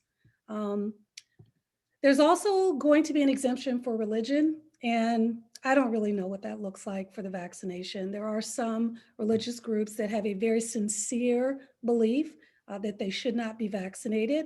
And as long as you can prove the sincerity of your religious belief, you may be able to avoid coming back to the office, or you may be able to avoid getting the vaccination. You go through the same process. You go through the same interaction between the employer, the employee, their medical records, their religious, their statement of religious sincerity. And then you work to make a decision with the employer about whether or not they will grant you an exemption. Primarily, I think this discussion is going to be about the vaccination. And if the employer claims undue burden, I'm sorry, everyone who works here must be vaccinated. You may have to look for a new job. They may assign you to a job that doesn't require you to be in the workplace, or they may terminate your employment. Undue burden is really just a few things. It's and this whole process revolves around an employer's duty to keep everyone safe in the workplace. And if the employer can't do that, they can claim undue burden. If it's too expensive to do that, they can claim undue burden. That's generally how I see this developing. There's already one law firm in the DC community that has mandated the vaccination if you want to return. They did that the last day of January. I think all of us in the legal community were like, this year can't get any weirder because Davis Tremaine, an international law firm, said before the vaccination was even available to hardly anyone, you have to have the vaccination to come back to work when we open our doors. We expect other businesses to follow suit. This is a pretty respected law firm. So we expect other businesses to follow suit. I don't know if the federal government will or not. I know for a fact that I will be teleworking full-time until July. And so I don't expect the federal government to even make a pronouncement by then. What I think we're hoping is that, remember those 4 drivers I told you about, the EEO, the CDC? We're hoping the CDC comes out with a very strong pronouncement about the vaccination that provides guidance to all of the companies. But for now, I know you got questions, so I tried to answer them a little bit. Can your employer mandate vaccinations? Probably. They're probably going to claim that they have to do that in order to keep the bulk of the workplace safe. I imagine the entire medical profession will do that. I think that doctors believe it should be done. They believe it will work. They want people who are working in the hospitals to be vaccinated. They were the first group of people to go. So I think that hospitals will definitely mandate that, absent reasonable accommodation and religious exemptions. Can you refuse to be vaccinated? We talked about that earlier. You're going to need a doctor that supports you or a priest that can verify your sincere religious belief. And then can you be fired if you refuse? Possibly. I can't even answer that question. There's no way I can answer it right now. When you return to work, if you're not there already, can your employer take your temperature? Absolutely. Can they administer a COVID test? Absolutely. It's necessary to workplace safety. There are some places where they can't afford to do it. And not every restaurant can afford to administer a COVID test every time you show up. But if you work for someone that wants to do that, more likely than not, you will not be able to refuse taking a COVID test to come in. You will probably not be able to refuse having your temperature taken. But can they administer an antibody test to see if you ever had COVID? According to the EEOC at this point, no. They believe that the antibody test is a medical examination, and the EEOC has not said that employers will be able to conduct a medical examination before you come in the doors. Taking your temperature apparently is not. I'm not a doctor, I don't understand the difference, but there is a distinction. And of course, you can be required to mask social distancing, again, falling back on what the CDC has already said should happen. Can an employer ask if you're positive? Can they ask if you've ever tested positive? Well, they can ask you about your current situation, your present situation, whatever has to do with safety in the workplace. That's how are you feeling today? Do you have symptoms? Are you positive today? But did you have it a month ago? No, they can't really ask you about that because it doesn't have anything to do with protecting the current workers. Can they ask you if a family member is positive or has symptoms? Not really, that violates GINA. Now, if you have someone at home who's currently having symptoms, you can be asked about that. Again, that flows into asking about workplace safety. Am I letting someone come into the building today who may have been exposed this morning at the breakfast table? But the CDC is going to help clarify all of these rules, just not yet. It just hasn't happened yet. I think it will happen. I think that there will be some major pronouncements, but I just don't know when or what they will say. So I have a couple of other slides, but I really wanted to leave time for questions if there are any. Awesome, Melanie. Such great information. I'll tell you, the question that comes to mind for me, and I believe you answered it somewhat, but I'd just like you to make it clearer for me. As a business owner and someone who employs several certified nursing assistants, I have folks that do shift work, and they are sometimes, following right after one another in someone's home. So I've had a scenario where one person working a shift is COVID positive. They found out, oh, I'm COVID positive. And then I'm in a situation where I don't know who all deserves to know that information. Am I doing something wrong by telling the patient whose home we're in? Am I doing something wrong by telling the other shift members who are following that person up in the home? What rights does that person who's COVID positive have?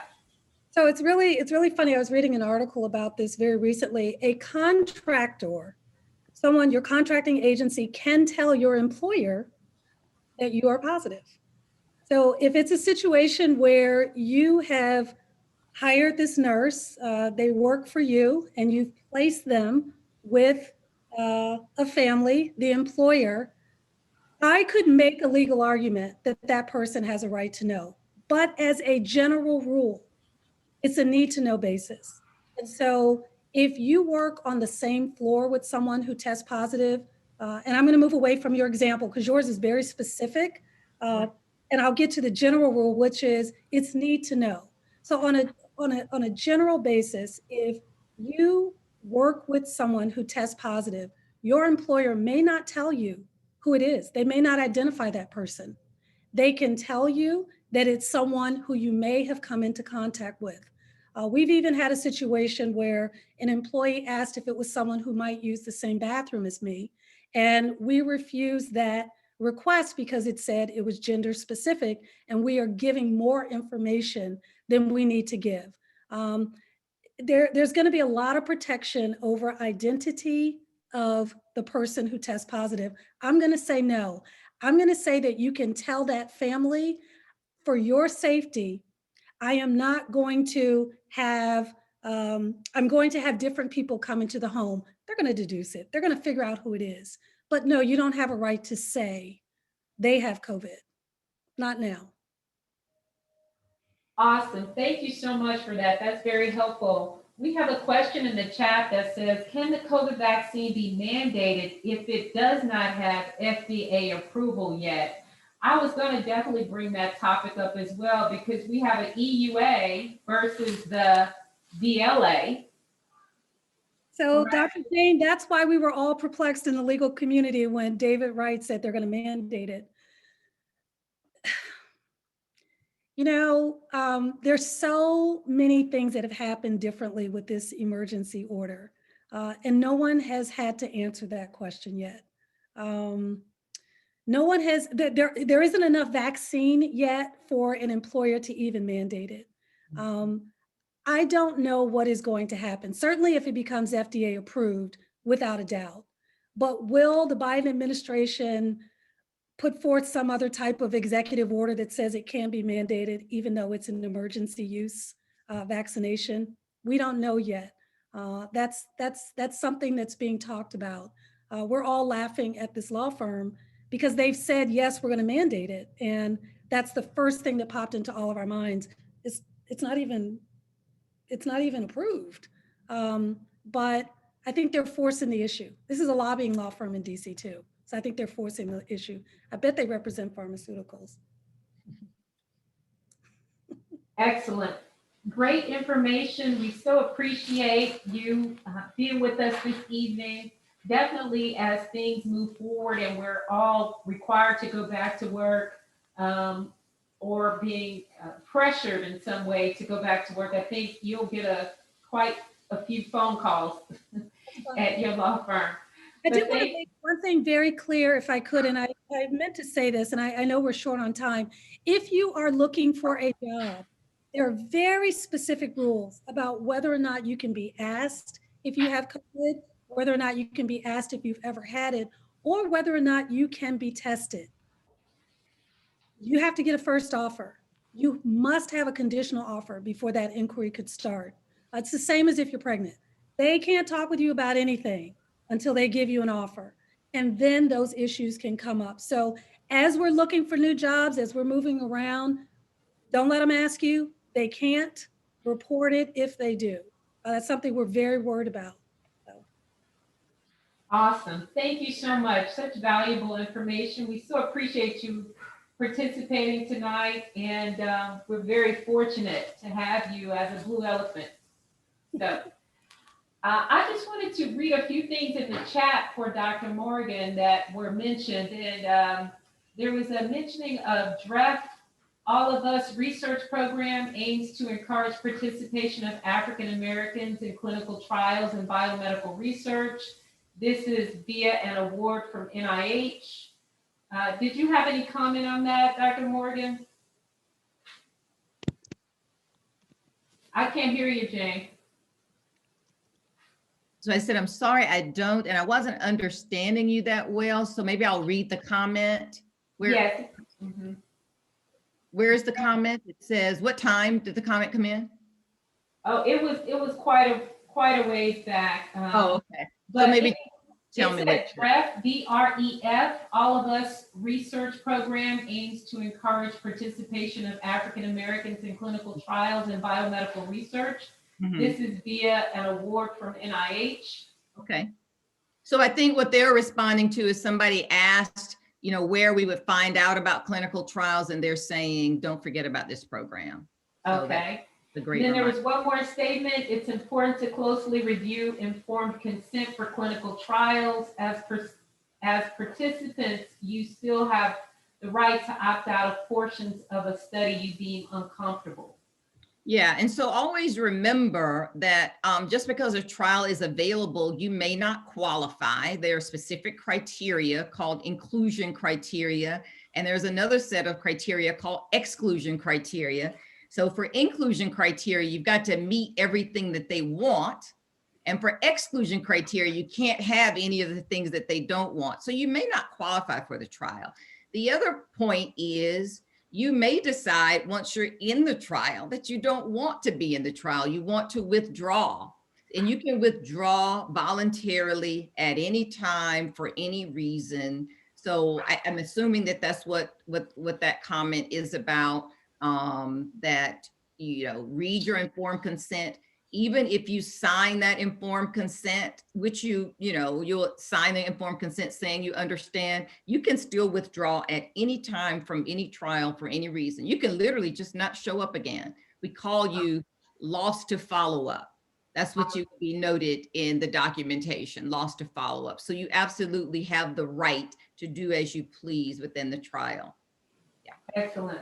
I think we're going to have issues with pregnant women being vaccinated, even though from what I've read, 15,000 pregnant healthcare workers have already been successfully vaccinated. Unfortunately, pregnant women were not included in the trials. I understand for neither Moderna nor Pfizer. Is that correct, Dr. Morgan? So yes and no.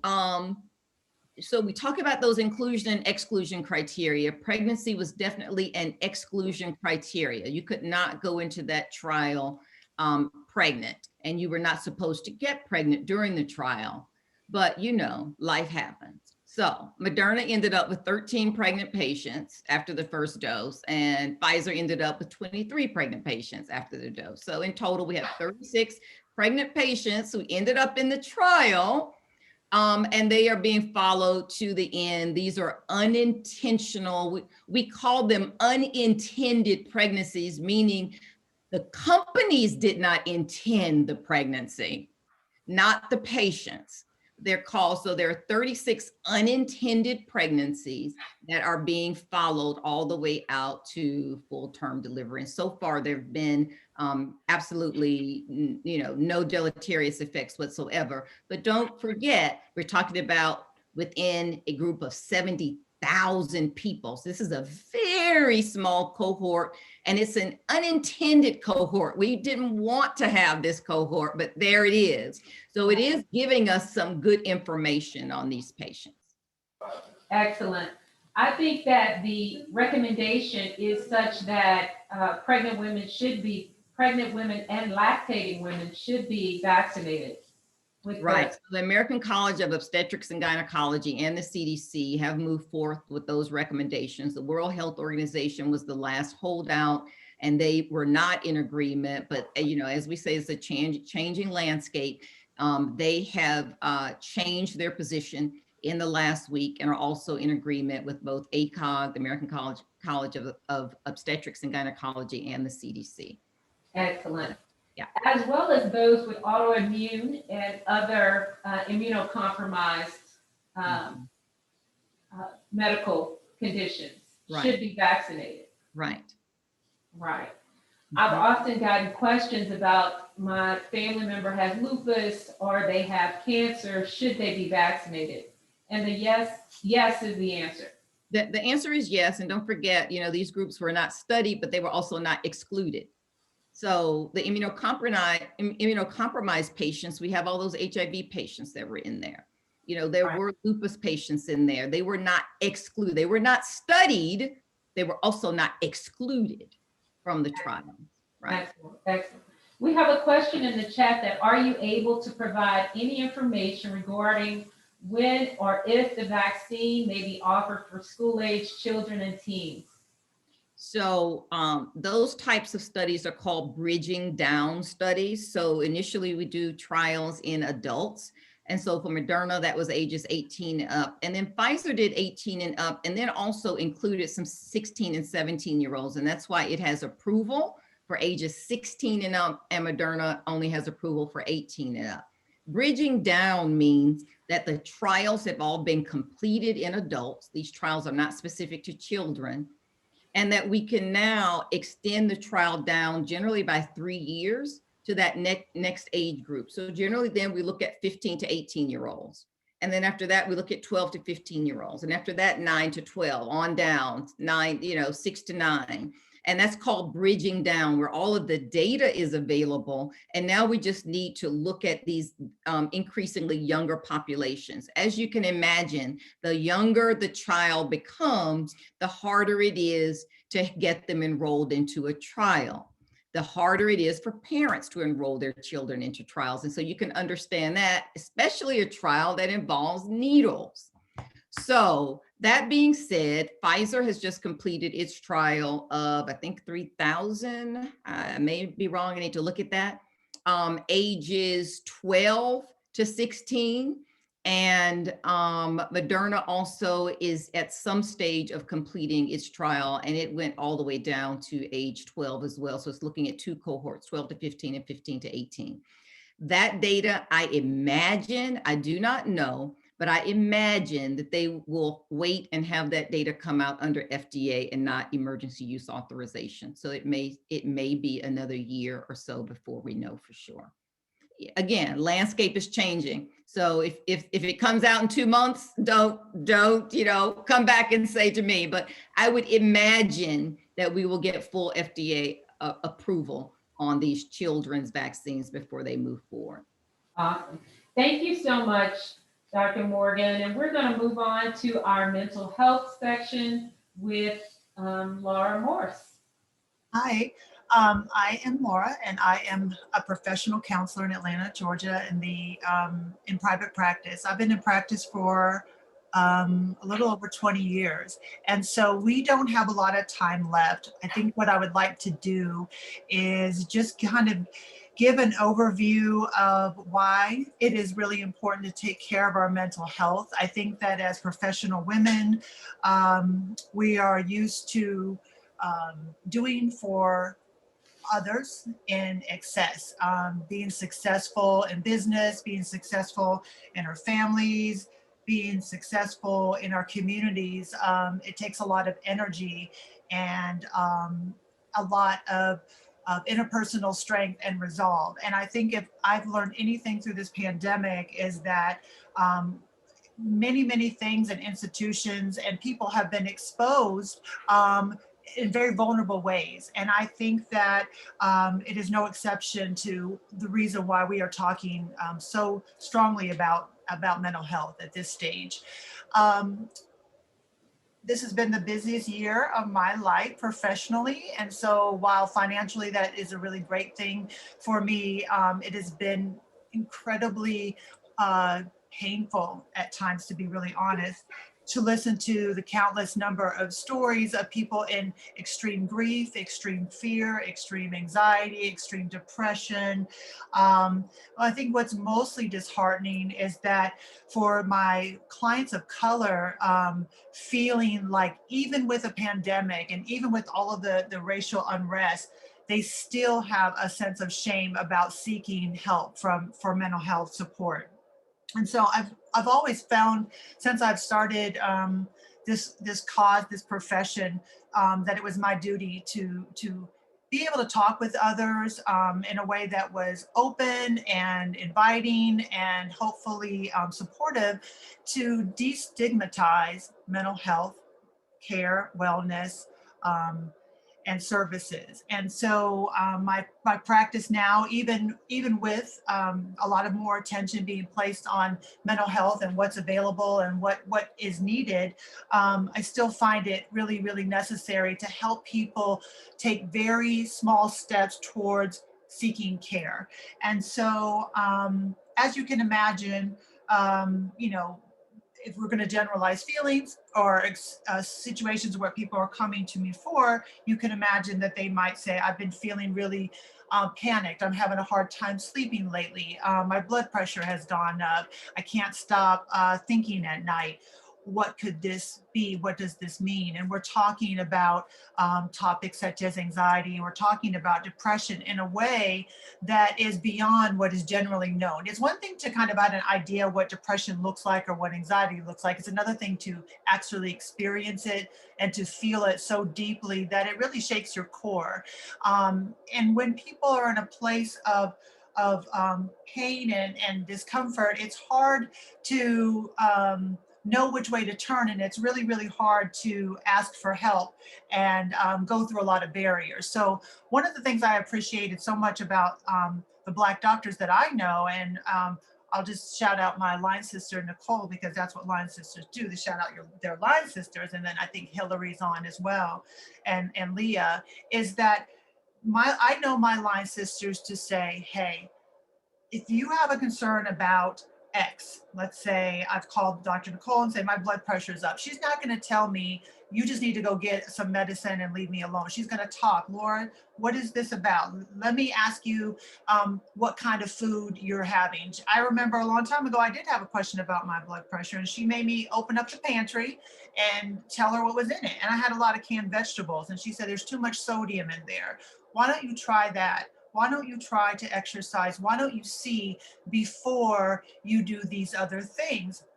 And so for mental health, I want to say to you all and to encourage your family members, please don't wait till you feel like you're in crisis. What I have learned with my clients of color is that we can wait until we are in extreme duress before we will seek help.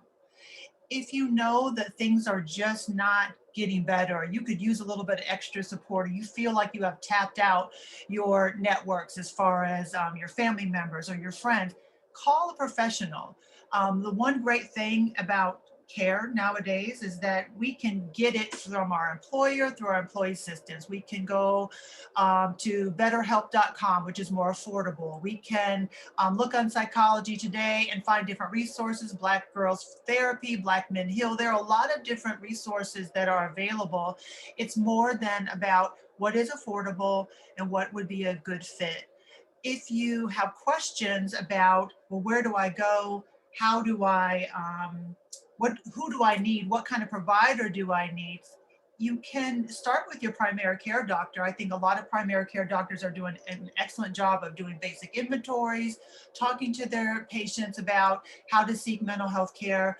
But if not, the Google is a great tool now. I mean, you can say depression and you could put in your area or zip code, and so many different resources will pop up. And if not, find a professional that you trust just to ask basic questions. You know, I have a lot of friends and I have a lot of family, and sometimes people will want to ask me general things, and I never mind sharing information. However, that is different than actually becoming somebody's therapist. That is a totally different relationship. I think what makes a therapeutic bond so important is that when a client comes into my office or my virtual office, they don't owe me anything.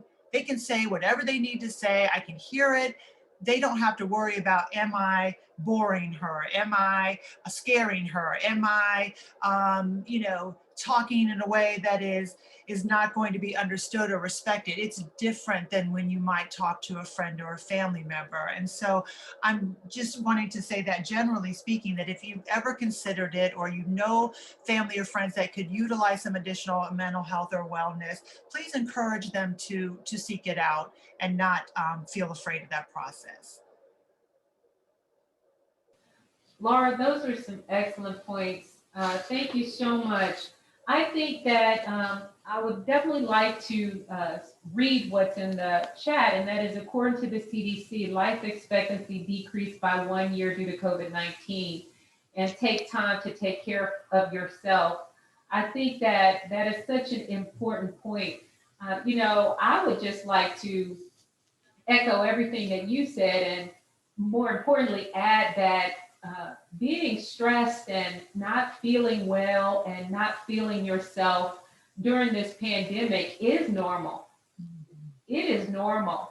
And I think sometimes isolation can make us feel like we're the only ones, feeling so bad, feeling so down, feeling, sorry a little bit for ourselves. I mean, this is a difficult dynamic across the board. I find myself grieving for all the 500,000 people that have died. I know a few of them, but I mean, it's just a heavy burden to be in the midst of such loss across the board. Yes, thank you so much for saying that. Grief is going to come in waves. And I think that for all of us who have lost someone in our lives before COVID, we understand that our process might be similar, but it is still very unique to us. Grief can be triggered through different experiences. And so what I'm seeing now through COVID is that a lot of people are very much reminded of times that they have lost people that were very close to them. And if they have lost someone recently because of COVID, it is traumatic to hear more stories every time you turn on the news, or you log on to social media. There's somebody that has lost somebody. And it is painful. And so there might be a time where you're feeling a little bit numb. And if you are, it's really our psyche way of trying to protect ourselves, but after a while, that numbness can become unhealthy. There are other ways in which we can try to detach or to numb ourselves from pain or compassion fatigue. And we have to be mindful of those. That can include excessive alcohol or recreational drug use, eating, and other things that can create problems down the road. So we need to be mindful. And so to your point about stress and our life expectancy, is how do we take care of ourselves? And I think that that's a unique question and answer for everyone. But what I would want to tell you, or to stress, is that we need to be very intentional about taking care of ourselves, very purposeful about it, meaning we know that we are worth being cared for. And if we can't find it from others, we can always find it within. And so I would just, no loving act is too small if it's a loving act, right? Resting is a part of self-care, right? Sleeping is a part of self-care. Taking a break. And one thing I will again stress, because I will tell you, this is a theme that has come up from beginning to now, is boundaries. What are your interpersonal boundaries? And when I say that, I mean, how do you take time to give yourself emotional or physical space from people, from work, from the news? What does your boundary look like? If you were going to imagine drawing, if somebody said, I need you to draw a physical representation of what your boundaries look like, would it be a tall wall that is made of iron? Would it be an electric fence that nobody could see? Would it be a sign that says wide open, come on in? I mean, you really need to think about what that looks like. And for sometimes many people, especially with our families, with our community, we're like, we don't want to have those boundaries. We want to be accessible, especially for women who are used to taking care of others and other people. But you can burn out. And this is a time with so much stress and duress that it is really easy to burn out. So I just encourage you to be very intentional and mindful about how you take care of yourself. Awesome information. Thank you so much. And we have someone in the chat, Dr. Timo said, include the demand of wife, mom, and working professionals. And I definitely would like to stress, that the boundaries have definitely been blurred in the time of the pandemic with many people working from home. I think you really have to set boundaries and create a routine and schedule in order not to just lose sight of, boundaries basically. And so I appreciate it. Did you want to add anything more to that, Laura? No, I just thought that Melanie asked me if these golf clubs in the background were for my self-care, if I was using those. But actually, they're my husband's, and I'm mad that they are back here because that is not feng shui at all. And this is my home office, so my clients are like, what is that? But what I will tell you is that he knew that golf was going to pretty much carry him through. He lost his father to an expected, or to an illness, a long-term illness, but we lost our father in June. And I know that golf for him was a respite, right? And I thought about, like, what is my respite? My respite was going to the beach and vacationing and hanging out with line sisters and going to brunch. Well, guess what? I can't do that. So as easily, right, as he might be able to golf. And so I had to backtrack and figure out what else can I do instead of what can I not do, right? Awesome. That's very valuable information. I think we are worth the time it takes for us to sit down and make sure that we're doing all the things that you've mentioned. We have to know our value, even at home. Know our value at home and at work. So thank you so much, Laura. We just so appreciate you being here tonight and sending us this message to take care of ourselves and to reach out for help if we need it. And to know that we are normal when we don't feel quite well during this pandemic. So thanks so much. So we're going to have our poll now.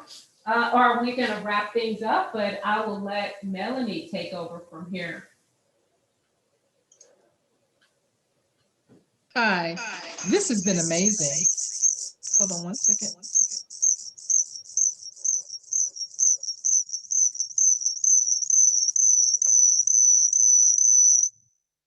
Okay, sorry about that. I had to have two laptops going because I was having internet issues. This has been amazing. It's actually been more informative than I thought. Dr. Jayne, I have admired you for years, and you just did an absolutely awesome job. I think that, I wrote down some things you said, optimal versus maximal, and that was very powerful. And I, for one, my father was in a couple of trials out at Emory related to diabetes drugs years ago, and I never really thought about it in terms of things like this. So thank you for sharing. I think Nicole, someone talked about the importance of the messenger, and now I think that we can all be very good messengers because we can take a lot of what you said, a lot of what has been said by everyone tonight, and share it with other people. I was one of those people who at first I was very adamant that I wasn't going to take it until it was out for 5 years. Then I swung back and said, okay, I need to take it because I'm not going to stay in my house for 5 years. And then I heard a couple of things about how it changed your DNA and all these other things. And so now I'm a lot more comfortable. And so I will say thank you. As I mentioned earlier, a lot of this conversation I started because it was selfish. I wanted to know, and I didn't want to have to burden my doctor with all these questions. So this 2 hours has been very helpful.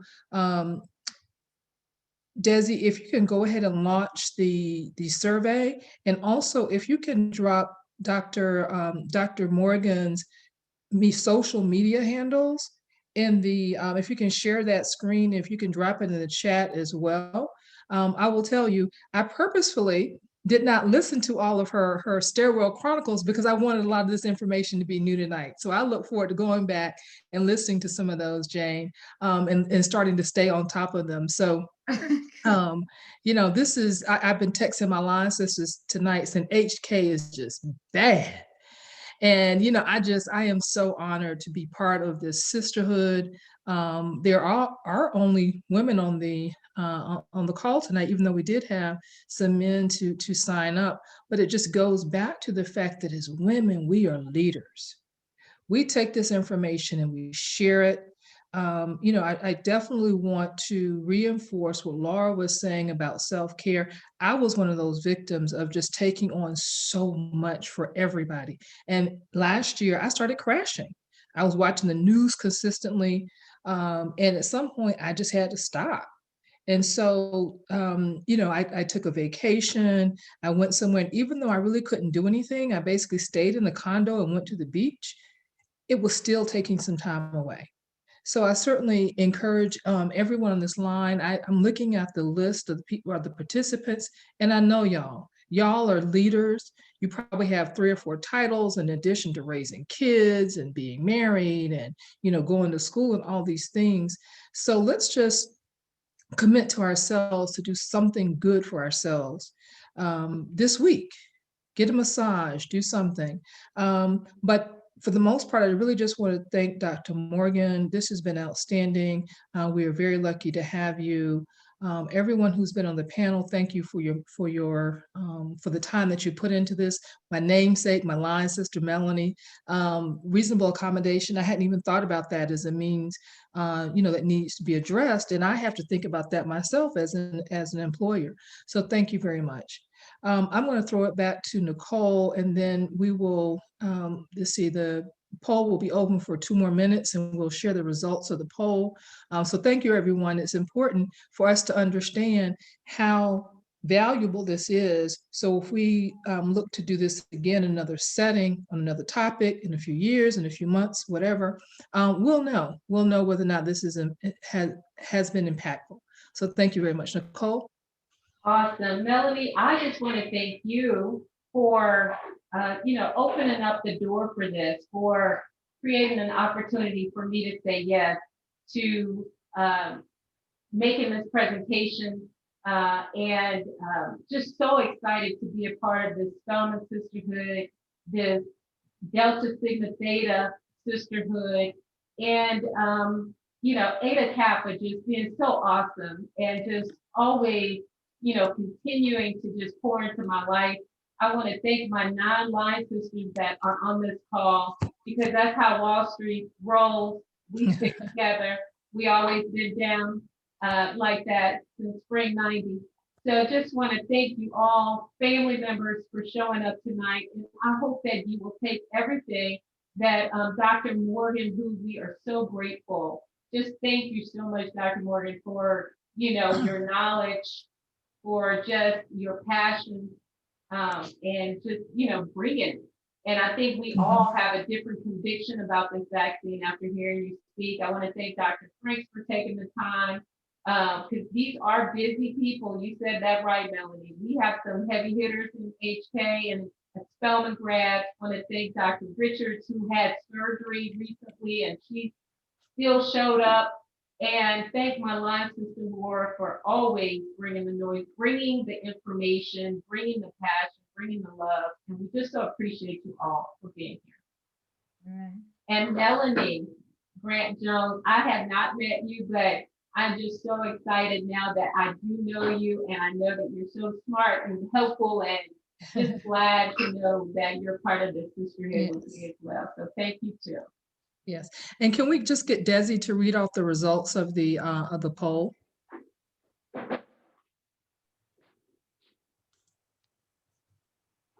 Yes, so I'm currently sharing the results. You should be able to see it on your screen. If you're not able to see it, we had almost not almost, exactly 100% of respondents saying that the information presented today was helpful. So yeah, thank you to all of our panelists for sharing such wonderful and insightful information with us today. Out of the people who were undecided or not planning to take the vaccine. Prior to today's conversation, we had 7% say that they strongly agree that they had changed their mind because of the information presented today. 22% say that they agree that the presentation changed their mind about the COVID vaccine. 4% say that they were neutral, and 67% said that they had already decided or have already taken the vaccine.